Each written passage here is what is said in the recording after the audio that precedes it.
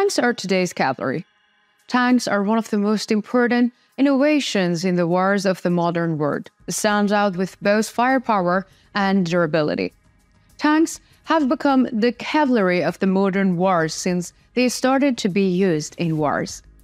Let's take a cavalryman and a cannon from ancient times. Imagine that these two are in one body. This is how we can think of tanks. We see struggle of tanks in the war of the century. The struggle between Russian army and the Ukraine continues. Units of the Ukrainian Armed Forces are capturing Russian positions on the Zaporizhia front line. As we mentioned in our map reports, the Dragon's Teeth section of the Russian defense line on the Zaporizhia front line was crossed by armored vehicles of the Ukrainian army. Developments regarding this incident have emerged. Let's take a look at the developments together. The Pioneer continues to bring the Russia-Ukraine war to your screens. Don't forget to subscribe to our channel and turn on notifications so as not to miss our daily map reports and reports on the agenda. Also, share with me in the comments what content you would like to see on our channel. Let's start if you're ready. The Pioneer reports. Since the beginning of the war, the tanks of both armies have played an important role. Let's take an example from Donetsk. On the Donetsk front line, many Russian tanks were sacrificed to enable the Russian troops to advance. Many sources even used the tanks' graveyard when referring to Donetsk. The main obstacle to advance of Ukrainian troops on the Zaporizhia front line was the Russian defense line. Ukrainian infantry had crossed the first stage of this line. However, armored vehicle and tank support was also needed. As we mentioned, tanks would both provide power support to Ukrainian soldiers and ensure the disintegration of Russian positions. Images of Ukrainian tanks entering behind the Russian defense line have been published recently. Moreover, the Ukrainian T-64 tank, which entered the area, carried out a very successful operation against the Russian T-72 tanks. In fact, calling it an operation would not be a right description. This was almost a duel. The Russian T-72 tank, heading towards the wooded areas, was going to make a blocking attack against tanks and armored vehicles belonging to the Ukrainian army, which had overcome the Dragon's Teeth. There was no visible threat because Russian reconnaissance units not detected any anomalies.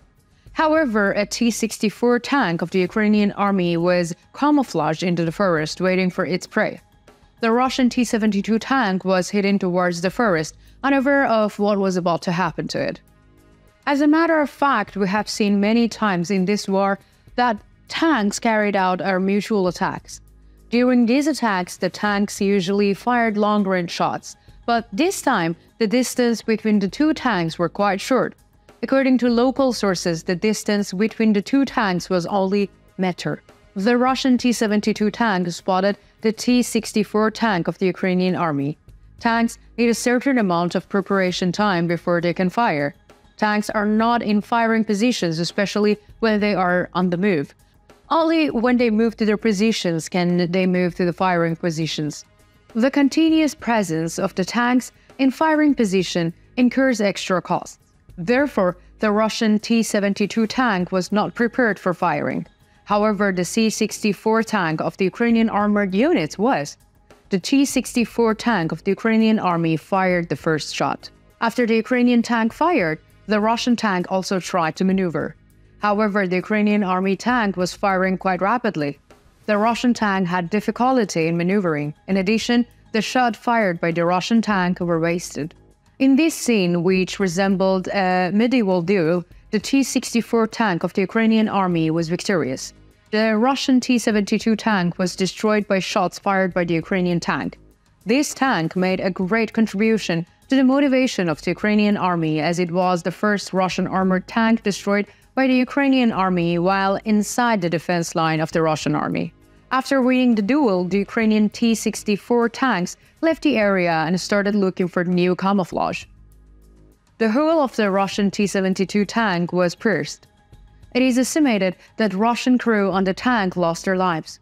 We can access the footage of these moments thanks to the Ukrainian drones.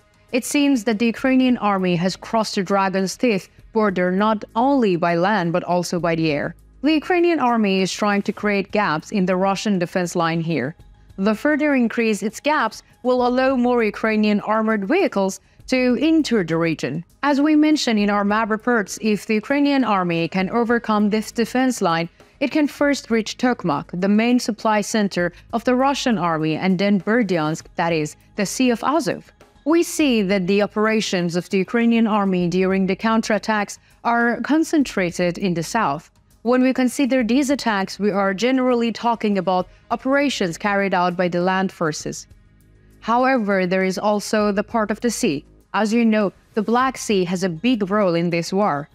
The activity in the Black Sea, which is of a great importance both for Ukraine's survival and for the Russian army to achieve its goals, is increasing. According to the latest reports, the Ukrainian naval forces are in a new planning phase to remove the Russian Black Sea fleet from the region. Andriy Zagorodnyuk, Ukraine's former defense minister and currently advisor to the Ministry of Defense, made a statement on this issue. In the said statement, Zagorodnyuk made the following statements. Their goal is basically to strangle us economically. The only way out of this situation is to destroy the Black Sea fleet, destroy their ability to occupy the Black Sea and restore freedom of the navigation. There is no other option, and we must pursue this option until it is exhausted. As you know, in recent days, the Ukrainian army struck a very strategic base of the Russian naval forces on the Crimean Peninsula and damaged many Russian warships in the region. At the same time, the Ukrainian army also hit an oil depot in the Russian port city of Sochi. With these attacks, the Ukrainian army caused fear to the Russian naval forces. As can be understood from Zagorodnyuk's statements, the Ukrainian Navy is preparing a surprise for the Russian Navy in the Black Sea. However, we do not yet know its content. If the Ukrainian naval forces can realize this surprise, Ukraine will gain two important advantages. The first advantage will allow Ukraine to move more easily in the Black Sea. In this way, the Ukrainian army and people will be able to get help through the Black Sea, and at the same time, it will be relieved in the field of trade. The second important advantage is that the effectiveness of the Russian Navy in the Black Sea will decrease. This will enable the Ukrainian army to be more active, especially on the Crimean Peninsula. What do you think? Do you think the tanks of the Ukrainian army will carry out more operations? What do you think about the Ukrainian armored vehicles passing the Dragon's Teeth? How do you think the losses of the armored vehicles affect the Russian army? What do you think about the plans of the Ukrainian Navy for the Black Sea? Do you think this plan will be successful? Mention it in the comments. I'm reading and caring about all your comments.